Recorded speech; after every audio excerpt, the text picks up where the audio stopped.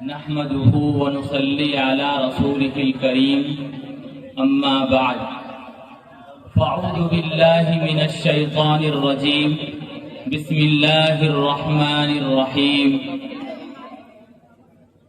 وَلَنَبْلُوَنَّكُمْ بِشَيْءٍ مِّنَ الْخَوْفِ وَالْجُوعِ وَنَقْصٍ مِّنَ الْأَمْوَالِ وَالْأَنفُسِ وَالثَّمَرَاتِ وَبَشِّرِ الصَّابِرِينَ الَّذِينَ إِذَا أَصَابَتْهُم مُّصِيبَةٌ قَالُوا إِنَّا لِلَّهِ وَإِنَّا إِلَيْهِ رَاجِعُونَ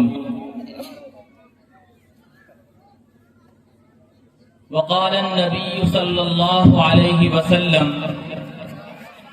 لا يؤمن أحدكم حتى يكون هواه تبعا لما جئت به رواه مسلم۔ میرے معزز اکابرین اور میرے معزز نوجوان ساتھیوں، میں سب سے پہلے مبارکباد پیش کرتا ہوں نوجوانوں کو، بچوں کو اور تمام سننے والے سننے والیوں کو، جنہوں نے لمحے میں اتنا بڑا اور اتنا منظم جلسے کا انعقاد کیا۔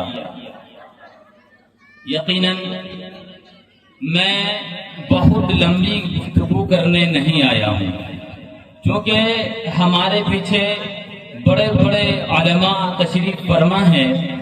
حقیقت تو یہ ہے کہ میں آج مسلسل 18 سال سے تعلیم حاصل کر رہا ہوں۔ اللہ کا شکر ہے کہ تعلیم کا سلسلہ 18 سال کے بعد میرا مکمل ہوا اور اللہ نے آپ کے اس بستی سے ایک مفتی کی شکل میں مجھے منتخب فرمایا۔ میں تمام لوگوں کا شکر گزار ہوں جنہوں نے بچپن سے دعائیں دی ہے، خاص طور سے والدین کا شکر گزار ہوں، اساتذہ کا شکر گزار ہوں۔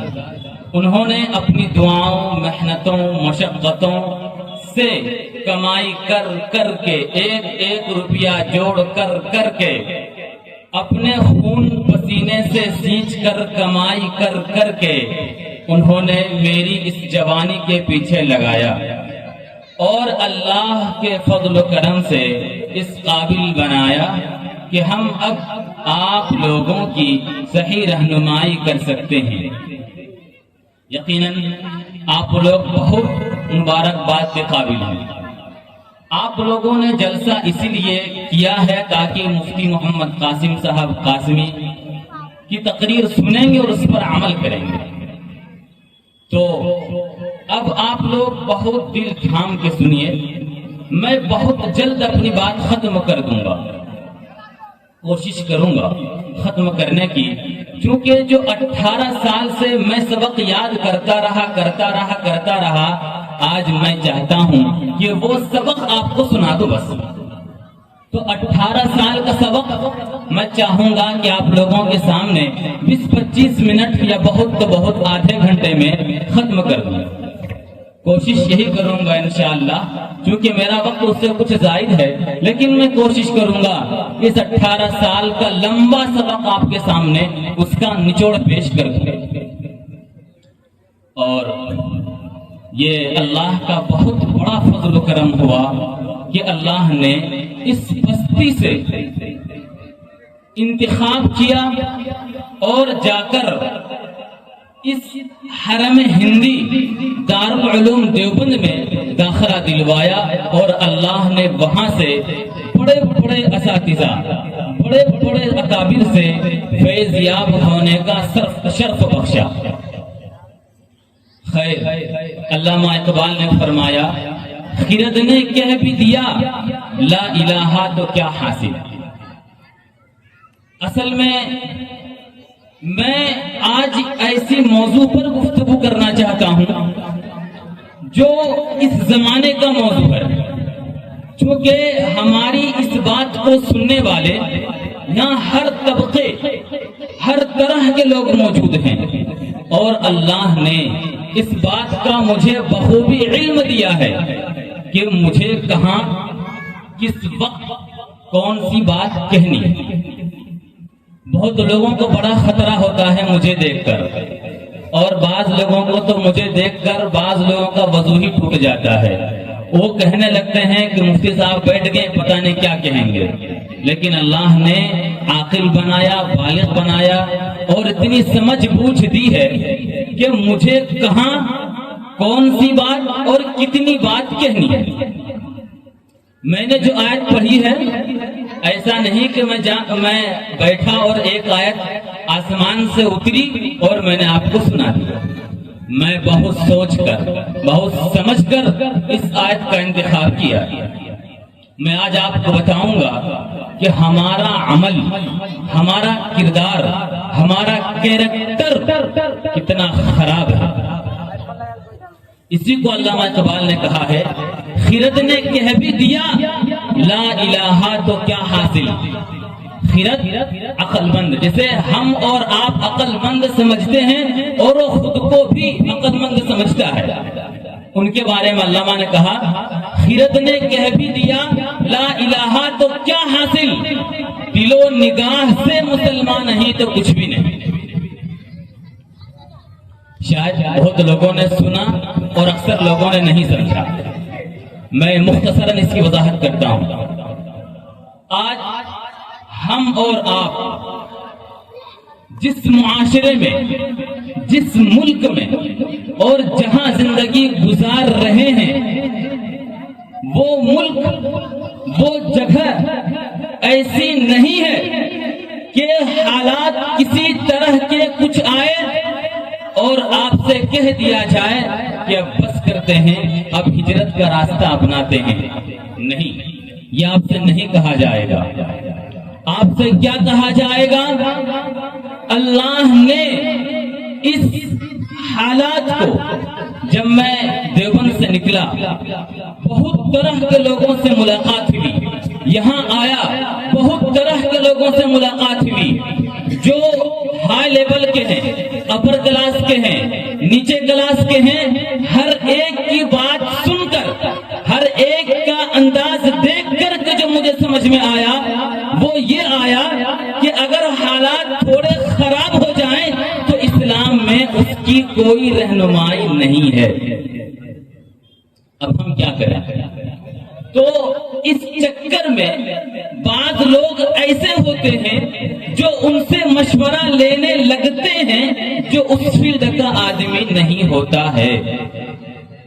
دین پر کیسے عمل کرنا ہے، دین پر کیسے چلنا ہے، کس کو دین سمجھنا ہے، اس کا مشورہ ہم ٹیچر سے لینے لگتے ہیں۔ کس بیماری کا علاج کیا ہے، کون سی بیماری کی دوائی کیا ہے، ہم اس کا مشورہ ہم کسی مولوی سے لینے لگتے ہیں۔ بالکل دونوں میں تضاد کی نسبت ہے۔ جس کا جو فیلڈ ہے اسی سے مشورہ لے کر کے عمل کیا جائے، لیکن یہ طے کرنا مشکل ہو جاتا ہے جب حالات آتے ہیں کہ اس مسئلے کا تعلق دین سے ہے یا دین سے ہٹ کر کے کسی دنیا سے۔ میں جب چلا تو یہ دیکھا کہ کسی طرح کے حالات آئے تو لوگوں نے کہا کہ حضرت ان حالات میں ایسا لگتا ہے کہ ہمارا ایمان سودا کر لیا جائے گا، ہم سب اپنے ایمان سے محروم کر دیے جائیں گے، کیونکہ یہاں آ جانے کے بعد اسلام کے اندر کوئی رہنمائی نہیں ملتی ہے ہمیں۔ ہم نے کہا مثلاً کیسا مسئلہ؟ کہا رمضان کے اندر ہم نے دیکھا کہ ہندو بھائیوں اور مسلمان بھائیوں کے عید یعنی جمعہ اور ہولی کا دن آیا تو ہم نے دیکھا کہ آپس میں تضاد کا شکار ہو گئے، آپس میں تناؤ کی شکل بن گئی، لیکن اللہ کا اتنا بڑا فضل ہوا، اللہ کا اتنا بڑا فضل ہوا کہ اللہ نے ایسے مواقع نصیب فرمائے کہ ابھی آپ نے دیکھا کہ جے پور میں ایک مسئلہ اٹھا، عید کے دن کی بات ہے کہ وہاں سے جہاں سے مسلمان گزر رہے تھے وہاں سے ہمارے ہندو بھائی اس پر پھول رہے تھے، کیوں ایسا ہوا؟ کبھی ہم نے اس پہ غور کیا؟ کبھی ہم نے اس پہ سوچا؟ کیا کبھی ہم نے اپنے ایمان کو ٹٹولا؟ کیا کبھی ہم نے اپنے کردار کو دیکھا؟ نہیں دیکھا۔ کیوں؟ ہم یہ سمجھتے ہیں، شاید یہ میری سمجھ میں غلطی بھی ہو سکتی ہے، میں ڈرتے ڈرتے ایک بات کہتا ہوں، اگرچہ کہنے میں ڈر لگتا ہے، ہم یہ سمجھتے ہیں کہ جو کچھ ہم سمجھتے ہیں سامنے والا ہم سے کم سمجھتا ہے۔ بہت سے لوگ ایسے ہوتے ہیں جو یہ سمجھتے ہیں کہ یہ حالات آئے تو ہم وقت کے علماء، وقت کے فقہاء، وقت کے محدثین کو یہ مشورہ دیں کہ آپ کو یہ کرنا ہے۔ یہ غلط ہے۔ ابھی وقف بل کا مسئلہ چل رہا ہے، میں نے یہ پورا مسئلہ لے کر کے، میں یہ پورا متن بل لے کر کے آیا ہوں، لیکن ابھی آپ کو سنانے کا موقع نہیں ہے۔ اس کے اندر جس قدر اس بل کے اندر نقصانات ہیں، سب سے اہم نقصان یہ ہے کہ تمہارے اس وقف کے مسئلے کے اندر اور وقف کے قانون کے اندر کسی کلیکٹر، کسی ایس پی ڈی ایم کو شامل کر دیا جائے گا اور وہ فیصلہ کرے گا کہ یہ زمین مسجد کی ہے کہ نہیں، یہ عیدگاہ مسجد کی ہے کہ نہیں، یہ قبرستان مسجد کی ہے کہ نہیں۔ اس کے بعد یہ صاف اور سیدھا فیصلہ کر دیا جائے گا کہ نہ مسجد تمہاری ہے نہ قبرستان تمہاری ہے۔ لیکن سب سے پہلے جن لوگوں نے اس کے خلاف آواز اٹھائی ہے وہ چٹائی پر بیٹھنے والے علماء، رات کو اللہ سے رونے والے علماء، دن کو جگہ جگہ پر جا کر پروٹیسٹ کرنے والے علماء نے کہا ہے کہ اگر اس مسجد کی جان چلی جائے گی، اگر یہ مسجد ہم سے چھین لی جائے گی، تو جب تک ہماری جسم کے اندر جان ہے انشاءاللہ ہم قانون کے دائرے میں رہ کر ہم اپنے حق کا مطالبہ کرتے رہیں گے۔ میرے بھائیوں، آپ سمجھ رہے ہیں نا؟ اسی کو اللہ نے قرآن میں کہا ہے وَلَنَبْلُوَنَّكُمْ بِشَيْءٍ مِّنَ الْخَوْفِ وَالْجُوعِ وَنَقْصٍ مِّنَ الْأَمْوَالِ وَالْأَنفُسِ وَالثَّمَرَاتِ۔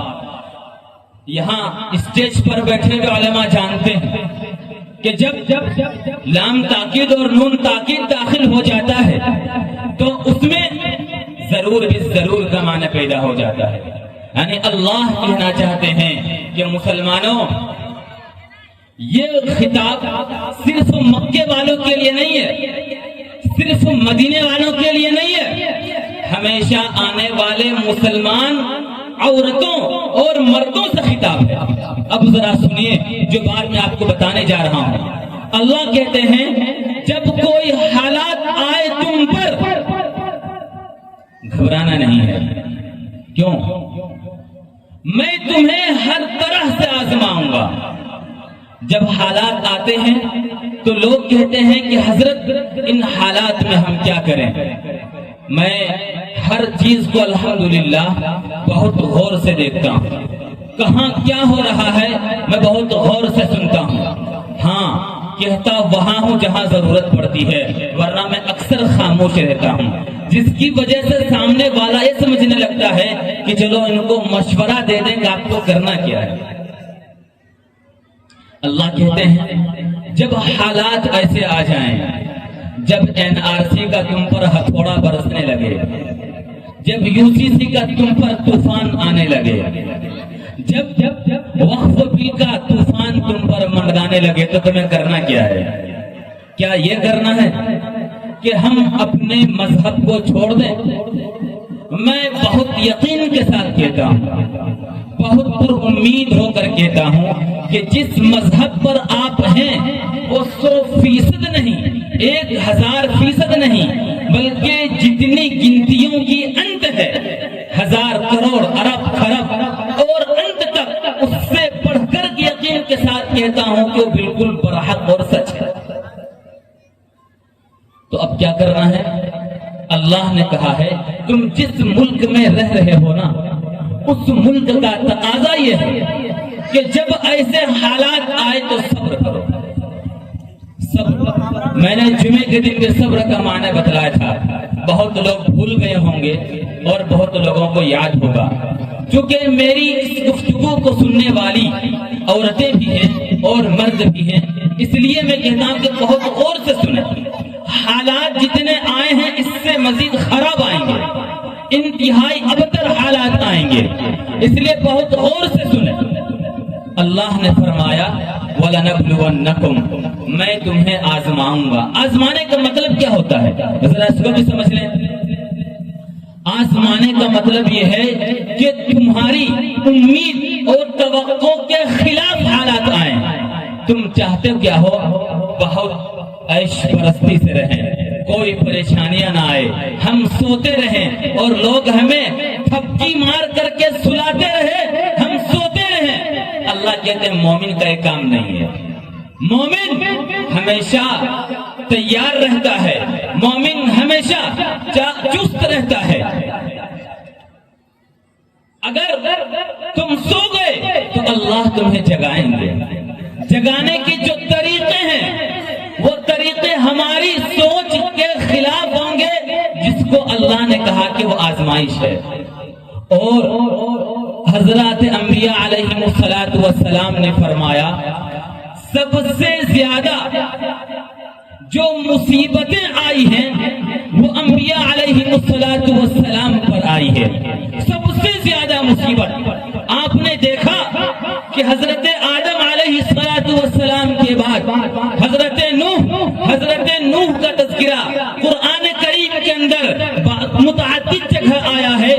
یہ اتنا زبردست واقعہ ہے کہ حضرت نوح علیہ السلام جیسا جگر والا نبی اللہ نے کہا ہے کہ اپنی قوم میں تبلیغ کرو، وہ 950 برس تبلیغ کیے، چند مسلمان ہوئے، ان کے بعد ایک بعد دیگرے، حتیٰ کہ حضرت ابراہیم علیہ السلام آئے، انہوں نے اپنے قوم میں تبلیغ کی۔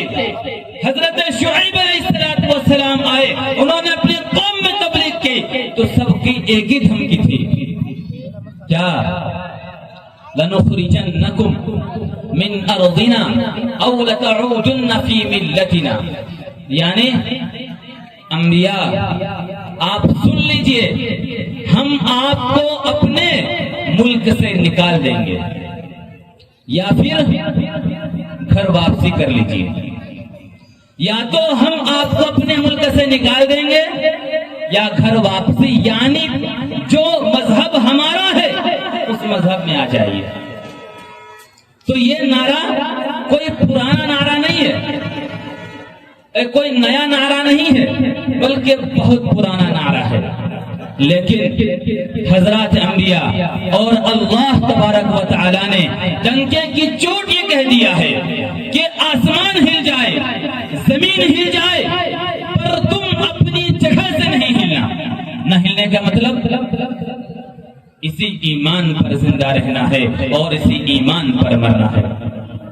لیکن اس کے بعد اللہ نے کہا ہم تمہیں آزمائیں گے، کچھ خوف سے تمہارے اوپر حالات ایسے آئیں گے کہ تم خوف محسوس کرو گے، اب کیا ہوگا، اب کیا ہوگا۔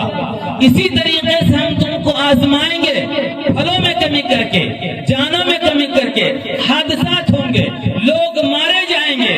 آپ نے دیکھا کچھ دنوں پہلے اسی جھارکھنڈ کے اندر تبریز انصاری مارے گئے، بہت سے لوگ مارے گئے۔ آپ نے دیکھا اس طرح کے حالات آئیں گے، لیکن مسلمانوں جو کام تمہیں کرنا ہے وہ اللہ نے ڈنکے کی چوٹ کہہ دیا ہے، وبشر الصابرین، تمہیں صبر کرنا ہے۔ میری مائیں، میری بہنیں اور میرے بھائیوں، صبر کرنے کا مطلب جو میں جمعے کے دن کہتا ہوں پھر آپ سے بھی کہہ دیتا ہوں، تاکہ جو سننے والی مائیں اور بہنیں ہیں تاکہ وہ سمجھے کہ گروپ کا پیسہ سود ہے اور وہ حرام ہے، سیدھی اور کنفرم بات ہے۔ ہم صبر کریں گے کیسے؟ میں نے جمعے کے دن کہا تھا صبر کے دو مطلب ہے، مثلا اچھا آپ لوگ سو تو نہیں رہے ہیں، میں کوئی وہ مولوی نہیں ہوں کہ آپ لوگ سوئیں گے اور میں بکتا رہوں گا۔ تقریر نہیں بکتا رہوں گا، نہیں، آپ لوگ سوئیں گے تو میں اس سے پہلے چھوڑ دوں گا، آپ لوگ جگے رہیں گے تو میں بھی جگہ رہوں گا۔ تو صبر کے دو معنی ہیں، ایک تو یہ ہے کہ آپ کو کسی نے آ کر دھمکی دی گھر میں کہ یہ گھر میرا ہے خالی کیجیے، تو اب آپ کیا کریں گے؟ ایک شکل تھی کہ آپ گھر چھوڑ کر کے چلے جائیں کہ لو بھائی گھر آپ کا ہے، آپ استعمال کیجیے۔ دوسرا معنی جو ہم سب فوراً سمجھتے ہیں، بلکہ اکثر لوگ سمجھ گئے ہوں گے، وہ یہ ہے کہ نہیں، وہ ہوگا دادا اپنے جگہ کا، ہمیں اپنی جگہ سے بھاگنا نہیں ہے، فوراً جا کر پولیس کو خبر کرنی ہے، پرشاسن کو خبر کرنی ہے، تھانہ جانا ہے، کورٹ جانا ہے، پھر جو ہوگا ہوگا۔ تو اللہ نے کہا جب یہ حالات آ جائیں نا، تمہیں کہیں جانا نہیں ہے، نہ گھر چھوڑنا ہے نہ مذہب چھوڑنا ہے، بلکہ تمہیں قانون کے دائرے میں رہ کر اپنے ملک اور اپنے ایمان اور اپنے ملک دونوں کی حفاظت کرنی ہے۔ تو یہ ہے صبر کا مطلب۔ اب مجھے بتائیے آپ لوگ، میں کچھ چیزوں پر بہت زور دیتا ہوں، کیوں؟ وہ چیز ایسی ہے جو مسلمانوں کے ایمانی روح کو ختم کر دیتی ہے، مسلمانوں کے عمل کے جذبے کو مٹی میں ملا دیتا ہے۔ جب وہ گناہ مسلمان ایک بار کر لیتا ہے، بلکہ کوئی بھی مسلمان کوئی گناہ ایک بار کر لیتا ہے، اس کا دل دوبارہ کسی نیک کام کی طرف جانے کے لیے 1000 مرتبہ سوچنا پڑتا ہے۔ مثلا قرآن کے اندر سود کی حرمت اس قدر تاکید سے آئی ہے، اس قدر تاکید سے آئی ہے، اور حدیث کے اندر تو سود کے بارے میں یہ کہا گیا ہے کہ جو سود کھاتا ہے وہ اپنی ماں سے زنا کرتا ہے۔ کسی کے بس میں ہے کوئی اتنا منحوس جو اپنی ماں سے زنا کرے؟ نہیں، ایک مومن تو کیا، چاہے وہ نماز نہ پڑھتا ہو، لیکن کبھی کوئی اس بات کو سوچ بھی نہیں سکتا۔ جب ہم اس بات کو سوچ نہیں سکتے ہیں تو پھر یہ ہم نے کیسے کر لیا کہ ہم نے سود کی کاروبار شروع کر دی، ہم نے گروپ کا پیسہ شروع کر دیا۔ ہم یہ آج یہاں سے توبہ کر کے اٹھے کہ ہم جنہوں نے لیا سو لیا، جنہوں نے کھایا سو کھایا، اب تو ہم اس کو ختم کریں گے۔ کیوں؟ اگر ہم نے ختم نہیں کیا تو ہمارا عمل، ہمارا ایمان اتنا کمزور ہو جائے گا کہ جب دجال کا خروج ہوگا، جب دجال کا فتنہ برپا ہوگا، تو میں بہت یقین کے ساتھ کہتا ہوں کہ نہ جانے ہم کس صف میں کھڑے ہوں گے۔ اللہ ہمیں حضرت عیسیٰ علیہ السلام کی صف میں کھڑا کریں گے، یا حضرت مہدی کی صف میں کھڑا کر دیں گے، یا دجال کے صف میں کھڑا کر کے کہہ دیں گے کہ تم نے سارا عمل، سارا کردار جس شخص کے لیے کیا تھا وہ دجال تھا، تمہارا عمل اس شخص کے لیے نہیں تھا جن کو میں نے نبی بنا کر کے بھیجا ہے، اور جن کا اسم گرامی حضرت عیسیٰ علیہ السلام۔ میرے مسلمان بھائیوں اور بالخصوص نوجوانوں اور میری مائیں بہنیں، ہم جو بگاڑ خاص طور سے شادیوں میں کرتے ہیں، خاص طور سے کسی کے میت میں کرتے ہیں اور کبھی نہیں کرتے ہیں، اب بس میں اس پر روشنی ڈال کر اپنی بات ختم کرتا ہوں۔ میں گزارش کروں گا کہ جو ہی وقت ہوگا مجھے بتا دیجیے گا۔ شادی میں عجیب و غریب رسم ہے ہمارے یہاں، میں شارٹ کوٹ میں اپنی بات پوری کرتا ہوں کہ فتویٰ کیا ہے اور مسئلہ کیا ہے۔ شادی میں ہم جب کسی کو دیکھنے جاتے ہیں، کسی لڑکی کو، لڑکے والے دیکھنے جاتے ہیں کسی لڑکی کو، تو کیا کرتے ہیں؟ ہم ایک، ماشاءاللہ یہ پہلا شخص ہے دنیا کا جنہوں نے مجھے تقریر کے دوران انعام سے نوازا ہے، بہت بہت شکریہ آپ کا، جزاکم اللہ۔ یہ پہلا شخص ہے، واقعی دنیا کا پہلا شخص ہے یہ۔ ہم کیا کرتے ہیں، ایک جماعت لے کر کے جاتے ہیں اور ہم کہتے ہیں کہ اس پوری جماعت کے سامنے اپنی بیٹی کو لے کر کے آئیے۔ اب دو شکلیں ہیں، یا تو ہم لے کر کے آ جائیں، یا اگر گھر والے کہیں کہ صرف عورتیں دیکھے، اسی طریقے سے لڑکا دیکھے، تو ان کی بات مان لینی چاہیے۔ ہمیں اس پر اصرار نہیں کرنا ہے کہ وہ مجمع کے اندر لڑکی کو لے کر کے آئے، ہمیں اس پر اب عمل کرنا ہے۔ جو ہوا سو ہوا، لیکن اب ہم دھیرے دھیرے صحیح بات کی طرف عمل کرتے ہوئے جائیں۔ ایک بات تو یہ ہو گئی۔ دوسری بات، کوشش کریں کہ ہم مختصراً شادی کے معاملات کو نمٹائیں۔ کیا مطلب؟ دیکھیں، تحقیق کریں، ضرور کریں، غور کر لیں، دیکھ لیں، ایک بار نہیں 1000 مرتبہ آپ اس کو دیکھیں، سمجھیں، پرکھیں لڑکی صحیح ہے کہ نہیں۔ لیکن جب شادی ہو جائے تو پھر بیوی پر ظلم نہیں۔ میں آج بہت نوجوانوں سے کہتا ہوں کہ بیوی اس لیے نہیں ہے میرے نوجوانوں کہ اس پر ظلم کیا جائے۔ مائیں اس وجہ سے نہیں مائیں بنتی ہے کہ بیٹا اس پر ظلم کرے۔ طلاق کی نوبت کیوں آتی ہے آج؟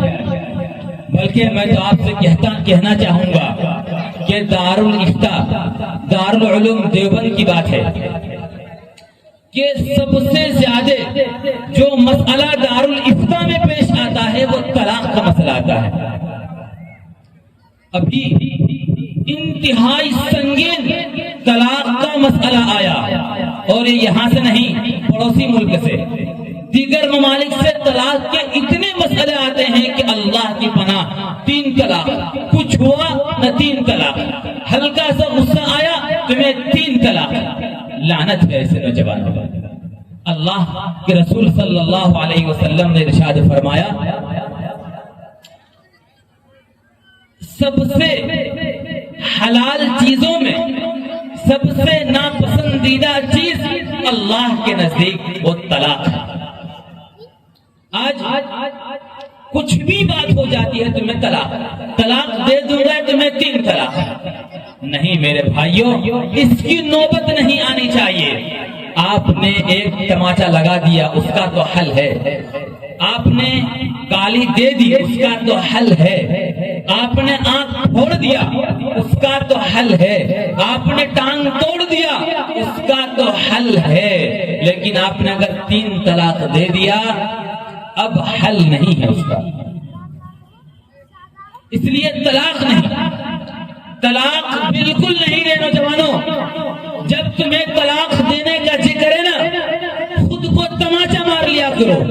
ذرا سوچو تو صحیح، جو لڑکی، جو خاتون اپنی پورے خاندان کو چھوڑ کر کے تمہارے پاس آتی ہے، جو لڑکی اپنے تمام رشتہ داروں کو چھوڑ کر کے تمہارے یہاں آتی ہے، کیا اس وجہ سے آتی ہے کہ تم ان پر ظلم کرو، تمہارا وہ ظلم سہے، اور جب تمہارا ظلم وہ برداشت نہ کر سکے تو کہہ دو کہ تمہیں 3 طلاق۔ کہاں گئی تمہاری غیرت؟ کہاں گیا تمہارا ایمان؟ اگر طلاق کا اختیار عورتوں کو دے دیا ہوتا، آج کوئی مرد نکاح سے رہتا؟ کوئی مرد نکاح سے رہتا؟ ہر مرد بے نکاح ہوتا آج۔ تو اگر اللہ نے مرد کو طلاق کا اختیار دیا ہے تو کیا اس لیے دیا ہے کہ کچھ ہو، کھانا میں نمک نہیں ہوا، کھانے میں نمک زیادہ ہو گیا، جھاڑو نہیں لگا، تمہارے کپڑے نہیں دھلے، تم سفر سے آئے، تمہیں پانی نہیں دیا، تو یہ کہہ کر گھر سے نکال دیا کہ جاؤ تمہیں 3 طلاق۔ کیا جائز ہے اسلام کے اندر؟ کیا یہ فتویٰ ہے؟ اختلاف تو ہم اس لیے کرتے ہیں کہ ایک مجلس کی 3 طلاق، 1 طلاق یا 3 طلاق، ہم اس پر کیوں نہیں بحث کرتے ہیں کہ طلاق آخر ہوتی کیوں نہیں؟ طلاق آخر نوجوان دیتے کیوں ہے؟ کہاں گیا تمہارا ایمان؟ کہاں گیا تمہاری ایمانی غیرت؟ مسلمانوں، ابھی کچھ ہی دن کا پہلے کا واقعہ ہے، جب میں اسی نام نہیں لوں گا، اسی گڈے کا ایک نوجوان کا میرے پاس فون آتا ہے، کہتا ہے حضرت میں نے اپنی بیوی کو 3 طلاق دے دیا ہے، حل بتائیے۔ میں نے کہا حل وہی ہے جو اسلام کے اندر ہے۔ کہا نہیں، آپ مجھ سے کچھ پیسہ لے کر کے حل کر دیجئے۔ میں نے کہا یہ تماچا دیکھ رہا ہے، اتنا زور تماچا لگے گا نا دماغ تیرا ٹھکانے پہ آ جائے گا۔ جس وقت تم طلاق دے رہے تھے مجھ سے کہے تھے کہ کچھ پیسے لے لے میں طلاق دے رہا ہوں۔ میں نے کہا بدبخت انسان، منحوس انسان، جو خاتون تمہارے لیے تمہاری زندگی کا ساتھ دینے کے لیے اپنے باپ کو چھوڑا، جس باپ نے انہیں دن بھر رات بھر خون پسینہ ایک کر کے اپنی بیٹی کو جوان کیا، اس ماں نے اپنی چھاتی کے دودھ کو اس کے گلے میں دیا، جس بھائی نے اپنی جوانی قربان کر کے اپنے گلے کی چین اتار کر کے اس بیٹی کے گلے میں دے کر کے رخصت کر دیا ہے کہ باپ ہے تو بیٹی نے کہا، ماں ہے تو بیٹی ماں ہے تو ماں نے بیٹی سے کہا، بھائی ہے تو بھائی نے بہن سے کہا کہ بہن بیٹی جائیے، مرنا بھی ہے اسی گھر میں، زندہ رہنا ہے تو اسی گھر میں۔ کیا اس وجہ سے کہا تھا کہ لڑائی ہو تو طلاق دے دو؟ مسلمانوں ہرگز نہیں ہونا چاہیے۔ ہمارے اسی کردار کی وجہ سے، ہمارے اسی اخلاق کی وجہ سے ہماری بہت سی بیٹیاں، ہماری بہت سی بہنیں مرتد ہو رہی ہیں، دوسرے دھرم قبول کر رہی ہیں۔ کبھی ہم نے غور کیا؟ میں نے کچھ دن پہلے امام الدین کو واٹس ایپ کیا تھا، اس میں لکھا ہوا تھا کہ کچھ لوگوں کا ارادہ ہے کہ ہر سال مسلم بچیوں کو ہندو بنا دیا جائے۔ کیوں؟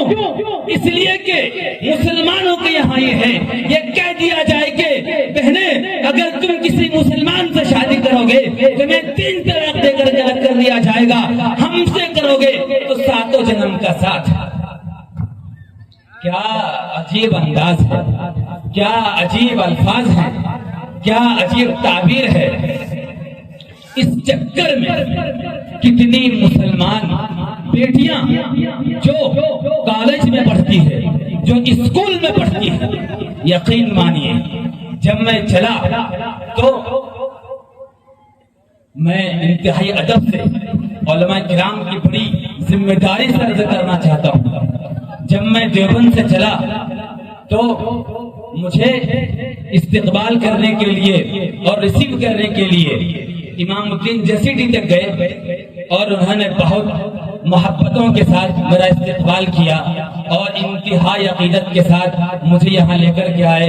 وہ اس سال انجینئر کر رہے ہیں، دعا کریں کہ اللہ تبارک و تعالی اسے کامیابی سے ہمکنار فرمائے، بلکہ تمام پڑھنے والے بچوں کو۔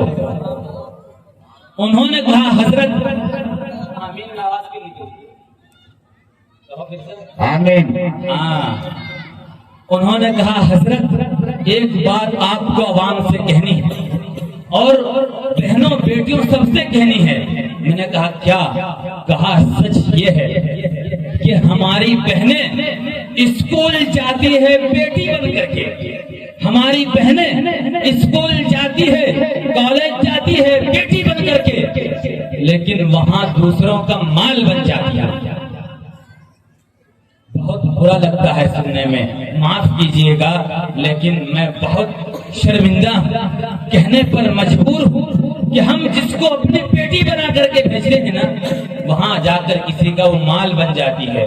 کہتے ہیں دیکھو دیکھو دیکھو مال آ رہا ہے، مال، لا حول ولا قوت الا باللہ۔ کیوں؟ اصل بات کیا ہے؟ ہمیں خود اسلام سے دشمنی ہے، دوسروں کو اسلام سے دشمنی نہیں ہے، ہمیں خود اسلام سے دشمنی ہے۔ کہیں گے حضرت یہ کیا بات ہے؟ ابھی تو آپ کہہ رہے ہیں کہ اسلام پہ مرنا ہے، اسلام پہ زندہ رہنا ہے، ہمیں اسلام سے دشمنی کیوں ہے؟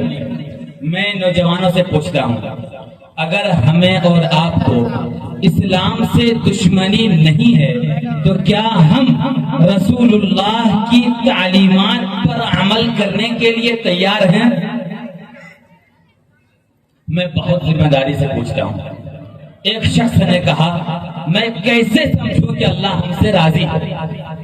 بہت عورتیں پوچھتی ہیں، مرد پوچھتے ہیں، حضرت مفتی صاحب آپ بتائیے میں کیسے سمجھوں کہ اللہ ہم سے راضی ہے؟ میں نے کہا کیا آپ اللہ سے راضی ہیں؟ ایسے کیسے ہو سکتا ہے؟ اللہ سے کیسے راضی نہیں ہوگا؟ میں نے کہا اللہ نے کہا ہے 5 وقت نماز پڑھنے کے لیے، کیا آپ پڑھتے ہیں؟ کہا یہ تو کبھی کبھی چھوٹ جاتی ہے نماز، کبھی کبھی پڑھ لیتا ہوں۔ میں نے کہا اس کا مطلب ہے کہ آپ اللہ سے راضی نہیں ہیں۔ میں نے کہا اللہ کے رسول صلی اللہ علیہ وسلم نے فرمایا جب شادی ہو تو انتہائی سادگی سے شادی ہو۔ سادگی کا مطلب کیا ہے؟ اچھا کپڑا نہ پہنے، شیروانی نہ پہنے، سوٹ بوٹ نہ پہنے، نہیں۔ سادگی کا مطلب یہ ہے کہ آپ مجلس تو لگائیں، پروگرام تو کریں، لیکن آپ ڈی جے لا کر کے امت کی بیٹیوں سے ڈانس نہ کروائیں۔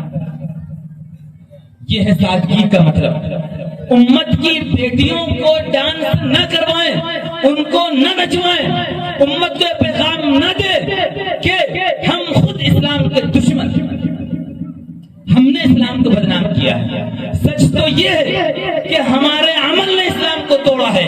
میں نے جمعے کے دن بھی کہا تھا کہ دوسروں کو داڑھی سے پریشانی نہیں ہے، میں بہت معافی سے کہتا ہوں، کسی کو تکلیف نہیں ہونی چاہیے، میں کسی کو ٹارگٹ نہیں کر رہا ہوں، بلکہ ہم اپنی خرابی آپ کے سامنے بتا رہے ہیں کہ جب یہ بحث سپریم کورٹ کے اندر چلی کہ مسلمانوں کا مسئلہ، جیسے کچھ سالوں پہلے حجاب کا مسئلہ اٹھا تھا، کچھ سالوں پہلے حجاب یعنی برقعے کا مسئلہ اٹھا تھا، تو سپریم کورٹ اور ہائی کورٹ کے اندر بحث ہوئی، تو جن وکیلوں نے بحث کی تھی ان وکیل صاحب سے سپریم کورٹ کے چیف جسٹس نے کہا تھا کہ داڑھی اگر مسلمانوں کا اتنا امپورٹنٹ مسئلہ ہے، اتنا اہم مسئلہ ہے، تو جناب مسٹر جی آپ کے چہرے پہ داڑھی کیوں نہیں ہے؟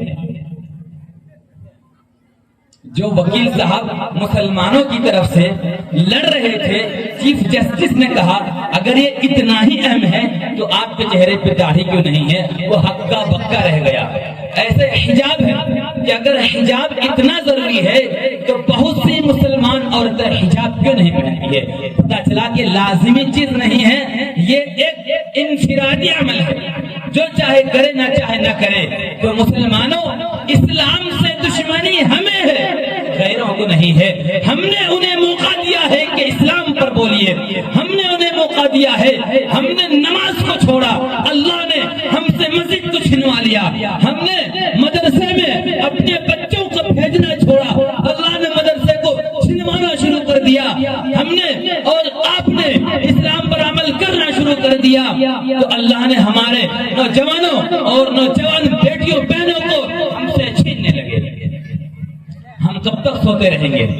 ہم کب تک ہم کب تک غفلت کے شکار ہوں گے؟ میرے بھائیوں، اسی کو علامہ اقبال نے اسی انداز میں جو کہا تھا کہ خرد نے کہہ بھی دیا لا الہ تو کیا حاصل، کلمہ تو پڑھ لیا، عبد الرحمن کے گھر میں عبداللہ پیدا ہوا تو مسلمان ہے، عبداللہ کے گھر میں محمد خالد پیدا ہوا تو مسلمان ہے، لیکن نہ دل اس کا مسلمان ہے نہ اس کی نگاہ مسلمان ہے، صرف اور صرف اس کی زبان سے مسلمان کا نام آتا ہے۔ میں عید کے دن میں کہہ رہا تھا، اور وہ اس وجہ سے کہہ رہا تھا کہ آج ہمارے کیریکٹر کی وجہ سے ہم پوری دنیا میں بدنام ہو گئے۔ آج اگر کہیں لڑائی سنتا ہوں تو لگتا ہے کہ تو مسلمان ہوں گے۔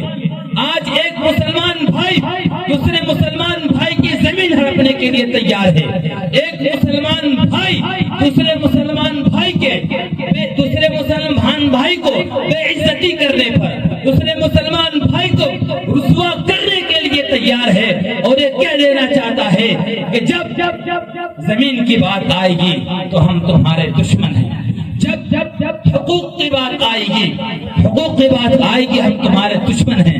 یہی وجہ ہے کہ آج ہمارا مزاج بگڑ گیا ہے۔ ہمارا مزاج کیا بگڑتا جا رہا ہے؟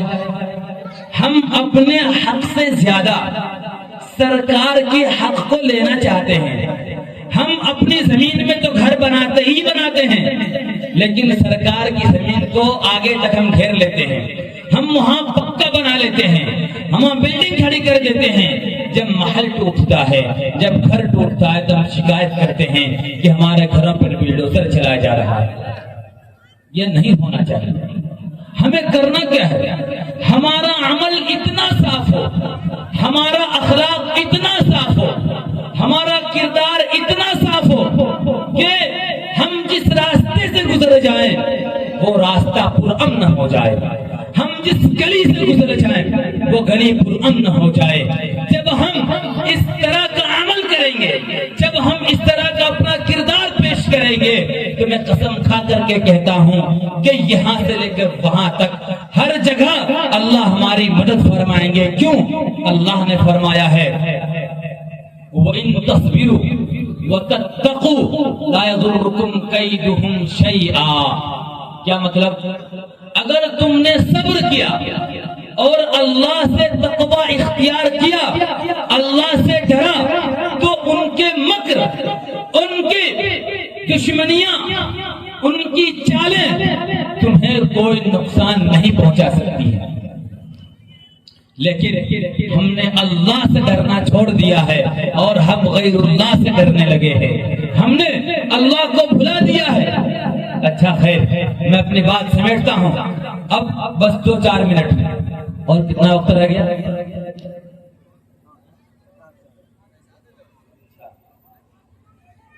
میں اپنی بات 5 منٹ میں سمیٹتا ہوں۔ شادی میں اس کے بعد میں کسی نوجوان کو مخاطب نہیں کر رہا ہوں، جو صحیح بات ہے پیش کر رہا ہوں۔ شادی کے اندر وکیل کس کو بننا چاہیے؟ یہ بات بہت آتی ہے ہمارے سماج کے اندر۔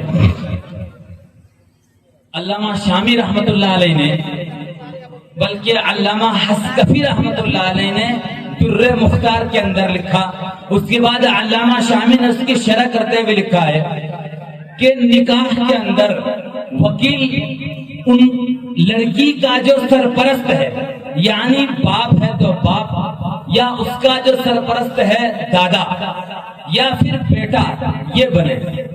یعنی بیٹا کا مطلب کوئی ایسی خاتون ہے جس کے شوہر کا انتقال ہو گیا، کوئی اور نہیں ہے، بیٹا موجود ہے تو وہ اپنی والدہ کا سرپرست بن سکتا ہے، نہیں تو باپ بنے یا پھر دادا بنے، یہ دونوں وکیل بنیں گے۔ ہمارے یہاں کیا ہوتا ہے کہ وکیل کی جب بات آتی ہے تو ہم چھڑیدار کو وکیل بناتے ہیں۔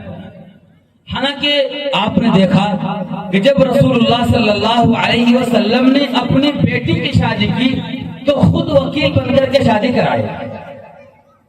یہ پتہ دیتا ہے کہ نکاح میں اگر باپ زندہ ہے یا دادا زندہ ہے تو وہ ولی بنے۔ اب چھڑیدار سمجھتے ہوں گے اب تو میرا پیسہ گیا، جو یقیناً ہمیں ملتا تھا 250 روپیہ وہ گیا۔ نہیں، آپ کا پیسہ جائے گا نہیں، میں بچا کے آپ کا پیسہ رکھ لوں گا۔ ایسے کر لیا کریں کہ جو اس کا کام ہے، مثلا آدمیوں کو بلانا، لوگوں کو دعوت دینا، اسی طریقے سے سامان پہنچانا، ان میں تو ان کو رکھیں اور ان کو مزدوری دیں، لیکن وکیل باپ ہے تو باپ بنے اور اگر دادا ہے تو دادا بنے۔ ٹھیک، مسئلہ کلیئر ہو گیا، فتویٰ اسی پر ہے۔ آگے چلتے ہیں۔ اچھا، میری تقریر پوری ہو جانے کے بعد اگر کسی کو کچھ بھی سوال کرنا ہو، پوچھنا ہو، لکھ لے، یا میں آپ کو بعد میں موقع دوں گا آخر میں، یا وہ کبھی بھی ہم سے پوچھ سکتا ہے۔